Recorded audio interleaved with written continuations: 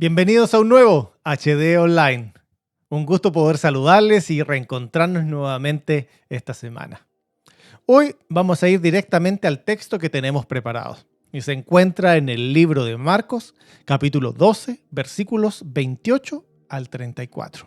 Vamos a darle lectura inmediatamente y de ahí vamos a adentrarnos en el tema que tenemos preparado para hoy. El verso 28 dice lo siguiente: acercándose uno de los escribas, que los había oído disputar y sabía que les había respondido bien, le preguntó: ¿cuál es el primer mandamiento de todos?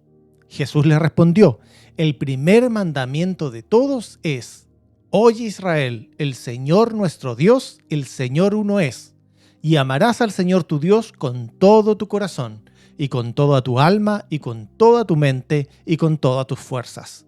Este es el principal mandamiento.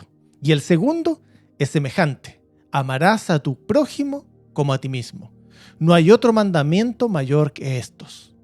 Entonces el escriba le dijo: bien, maestro, verdad has dicho, que uno es Dios y que no hay otro fuera de él, y el amarle con todo el corazón y con todo el entendimiento, con toda el alma y con todas las fuerzas, y amar al prójimo como a uno mismo, es más que todos los holocaustos y sacrificios. Jesús entonces, viendo que había respondido sabiamente, le dijo: no estás lejos del reino de Dios. Ya ninguno osaba preguntarle. Muy bien, ese es el texto que tenemos entonces para hoy. Vamos a ocupar tan solo el último versículo. Y, ¿sabes? Hoy quiero que reflexionemos respecto a qué tan cerca estamos acerca de Jesús y de su reino.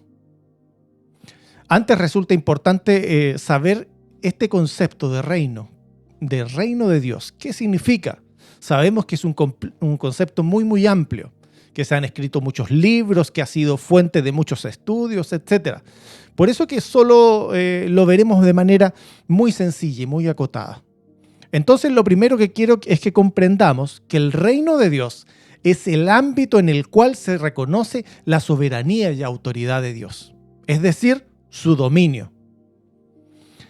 Muchos creyentes viven esperando un reino futuro de Dios, sin entender que también tiene un sentido presente a través de la iglesia del Señor, y se establece también en la soberanía de la vida de todos aquellos que han depositado su confianza en Él.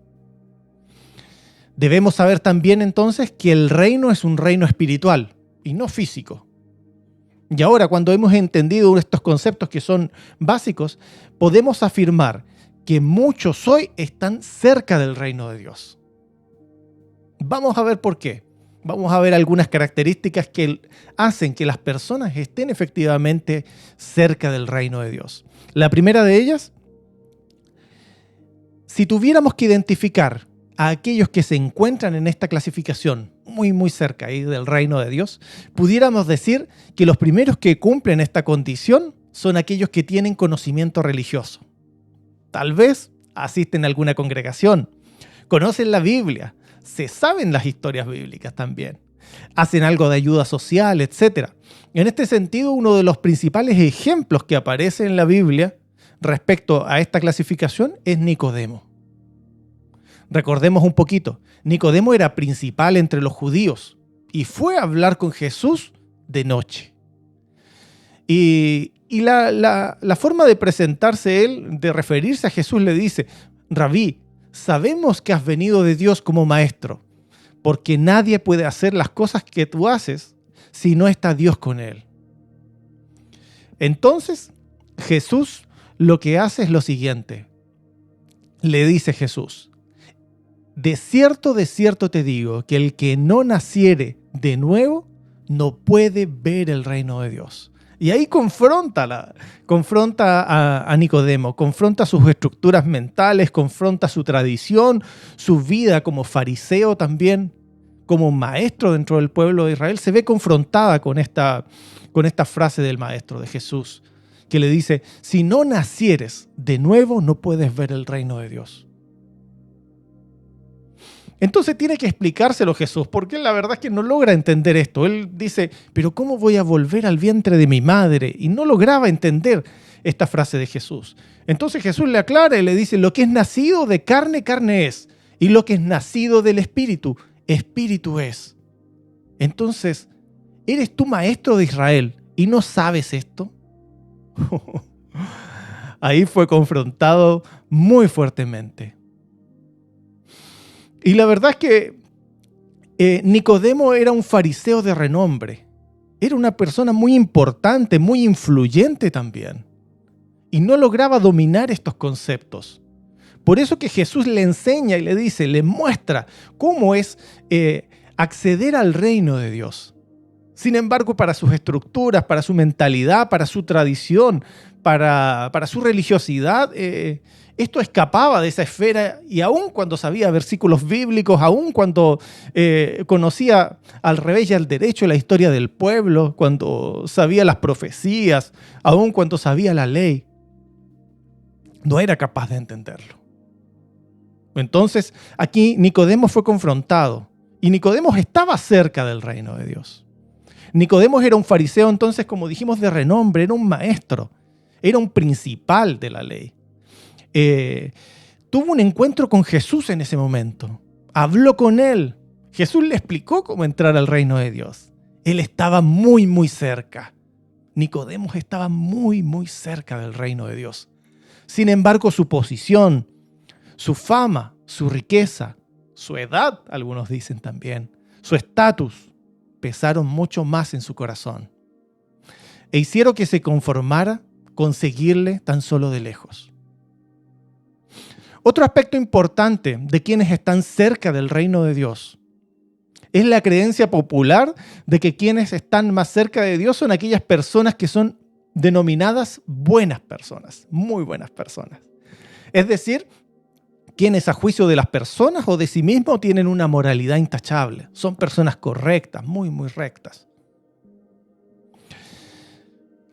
Estas personas creen que hacer lo correcto y tratar de esforzarse también por hacer el bien es suficiente para entrar al reino de Dios. Tenemos entonces personas que hacen lo correcto, que tratan o se esfuerzan por hacer el bien, personas que no le hacen mal a nadie, que tampoco le desean mal a nadie, que son honestos al tratar con la gente, que hacen sus negocios de manera recta. Un claro ejemplo de ellos es esta historia que aparece en la Biblia, del joven rico. Recordemos qué sucede en este encuentro del joven rico con Jesús. Llega este joven donde estaba Jesús y le dice, Maestro bueno, ¿qué bien haré para tener la vida eterna? Y él le dice, si quieres entrar a la vida eterna, guarda los mandamientos. Y le empieza a recitar los mandamientos. Y le dice, no matarás, no adulterarás, no hurtarás, no dirás falso testimonio, honra a tus padres, ama a tu prójimo, etc. Y este joven hincha su pecho delante de él y le dice, todo eso lo he guardado desde mi juventud. ¿Qué más me falta? Entonces ahí Jesús llega el momento cuando lo confronta y le dice, anda, vende lo que tienes y dalo a los pobres y tendrás tesoro en el cielo y sígueme. El texto nos dice que el joven, oyendo estas palabras, se fue triste porque tenía muchas posesiones. Amados, este joven estaba muy cerca del reino. De partida tenía una inquietud espiritual, se preocupaba por su destino futuro, estaba buscando cómo acceder al reino de los cielos. Era moralmente correcto también. Hacía lo correcto. Sin embargo, el verdadero señor de su vida eran las riquezas. Este es el segundo caso con el que nos encontramos muchas veces, de quienes están cerca del reino. También, amados, existe el caso de quienes tienen convicción de pecado. También están cerca. Y es este tercer grupo de quienes efectivamente se analizan, se dan cuenta y dicen, ¿sabes? Yo tengo convicción de pecado. Ellos saben efectivamente que no están bien, que no actúan correctamente, que tal vez tienen algunos vicios, que no se encuentran muy honestos tampoco. No son ni tan justos ni tan santos. Entonces se han evaluado, ellos también han llegado a alguna conclusión. y que lo principal es que tienen necesidad de Dios y lo reconocen. Por eso ellos están tan cerca. Sin embargo, no dan el paso, porque dicen muchas veces, la iglesia no es para gente como yo. Más adelante voy a dejar algunas cosas, voy a ponerme a cuentas y voy a congregarme. Cuando tenga más edad, voy a comprometerme con el Señor, pero con todo, etcétera. Muchas frases que hemos escuchado frecuentemente. Y estas frases demuestran que el saberse pecador, analizarse y ver la condición de pecado, no es suficiente para entrar en el reino. Se está cerca, pero no adentro del reino. Amados, entonces hemos visto estos 3 ejemplos bien breves. Ahora, lo importante de todo esto es saber cómo entramos efectivamente al reino.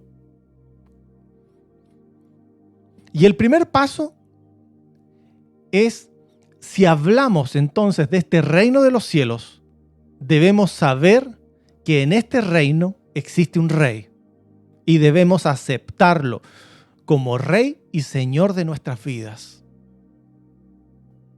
La verdad es que en nuestro país no hemos experimentado el concepto de monarquía. Sin embargo, entendemos que para entrar a un reino no solo se requiere saber que existe este reino, o tal vez estar muy cerca de él. Se requiere aceptar sus condiciones, se requiere reconocer su autoridad. Y a lo largo de los años conocemos mucha gente que tiene necesidad de Dios, que han experimentado salvación, es decir, gente que ha conocido a Jesús como su Salvador personal. Pero la verdad, amados, una conversión bíblica, genuina, no contempla solo levantar la mano y haber aceptado a Jesús. Implica una vida rendida a Cristo y reconocer que Él es el verdadero Rey y Señor de sus vidas. Por eso que Romanos, en los versos 9 y 10 nos dice lo siguiente, que si confesares con tu boca que Jesús es el Señor y creyeres con tu corazón que Dios le levantó de los muertos, serás salvo. Porque con el corazón se cree para justicia, pero con la boca se confiesa para salvación. Gloria a Dios. Gloria a Dios, Señor. También, lo primero entonces dijimos, era aceptar a Jesús como Rey y Señor de nuestras vidas. Y el segundo, aceptar a Jesús como Rey y Señor implica necesariamente un segundo paso, aceptar nuestra posición respecto de Él. Es decir, aceptar que somos sus siervos y súbditos, lo que implica que no solamente conocer técnicamente la autoridad de Dios, sino vivir diariamente bajo su autoridad. Permitir que Él intervenga activamente en nuestra vida y haga su proceso de transformación en cada uno de nosotros. Entonces, mucho más que levantar la mano, es entrar al reino y someterse a su autoridad y reconocer también nuestra calidad de súbditos, dejándonos moldear delante de quien vela por nosotros y tiene completa autoridad. Segunda de Corintios 4:5 nos da una clave respecto a este versículo. Porque no nos predicamos a nosotros mismos, sino a Jesucristo como Señor, y a nosotros como vuestros siervos por amor de Jesús. Aquí está en clara la calidad. Él es Señor, nosotros siervos, por amor a Él. Y un tercer punto es que otro de los compromisos que implica aceptar el señorío de Dios sobre nuestras vidas es asumir también nuestro rol como embajadores de Cristo. La Biblia lo dice en 2 de Corintios 5:20. Así que somos embajadores en nombre de Cristo, como si Dios rogase por medio de nosotros, os rogamos en nombre de Cristo, reconciliaos con Dios. Es decir, como sus embajadores debemos representar a Cristo en el mundo, para que la gente pueda aceptar la gracia de Dios y pueda reconciliarse con Él. Es una gran responsabilidad y es una potente comisión que cada uno de nosotros tiene también. Y ello tiene implícito también otro aspecto importante. Como embajadores, implica que nuestro hogar es eterno y que somos extranjeros en este mundo. Otra cosa importante es que no somos embajadores para hacer lo que queramos, para servirnos a nosotros mismos o a nuestros propios intereses, sino para servir a Dios. Finalmente, el deber de representar al reino tiene una última implicancia, que es aceptar la comunión con el rey. No podemos pertenecer a un reino y menos ser un embajador de él si no sabemos qué es lo que él desea. ¿Qué quiere transmitir? ¿Cuáles son sus intereses? ¿Qué es lo que debemos defender? ¿De qué forma extenderemos este reino? Etcétera. Debemos mantener una comunicación constante. Necesariamente esto implica conocer la palabra y mantenernos en constante oración conectados con Él. Amados, a diferencia de aquellos siervos de antaño que si bien estaban llamados a obedecerle, nosotros no estamos obligados a hacerlo, porque somos libres de elegir. Elegimos si obedecer o no a Dios. Entonces, cuando nos aproximamos a este concepto desde la perspectiva cristiana, entendemos que aceptamos el señorío de Jesús en nuestras vidas, aceptamos su autoridad y nos disponemos para servirle, pero por amor, por agradecimiento de todo lo que Él hace en nuestra vida. ¿Saben? Esta semana estaba recordando cuando mi hijo era pequeño. En aquel entonces vivíamos en la ciudad de Osorno. Recuerdo que salimos junto a mi esposa con él y estábamos en una tienda. Y en un momento de descuido, mi hijo se extravió. Dimos aviso a los guardias, quienes cerraron la tienda, hasta que pudimos dar con él. Y la verdad es que él estaba muy cerca de nosotros. Estaba escondido jugando entre los colgadores de ropa. Él estaba cerca, pero no lo suficiente para poder encontrarse con nosotros. Amados, esto es lo mismo que sucede a muchas personas hoy. A veces está muy cerca, pero no lo suficiente para estar dentro del reino. Debemos entender que estar cerca no basta. Al igual que la historia de mi hijo cuando se extravió, hay momentos en que el estar cerca es similar a estar lejos. Igual se está extraviado. E incluso es más, el problema es que si estás lejos puedes tener la convicción de que necesitas a Dios, de que estás mal, que necesitas encontrarte con Él. Pero el peligro de estar cerca es la confianza de pensar que estás mejor que el resto o que te encuentras por sobre el promedio de los que están a tu alrededor y que con eso es suficiente para ser salvo. Te pregunto ahora, ¿a qué distancia estás del reino? ¿Estás cerca? ¿Estás siguiendo a Cristo? ¿Lo estás siguiendo de lejos? Tengamos un tiempo de oración. Amado Señor, te bendecimos en esta hora, papá. Reconocemos tu grandeza, Señor. Oramos por cada uno de nuestros familiares, amigos y quienes están viendo este espacio en este momento, papá.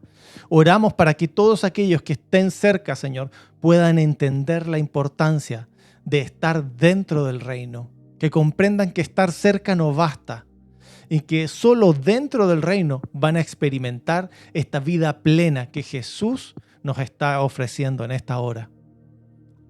Los pasos, Señor, para poder encontrarnos contigo, ayúdanos a ser sensibles a tu voz, ayúdanos, Señor, a reconocer nuestra condición de pecado, ayúdanos a arrepentirnos y ayúdanos a recibirte como el Señor de nuestras vidas, con toda autoridad. Gracias, Señor. Bendecimos tu nombre. En el nombre de Jesús, amén y amén.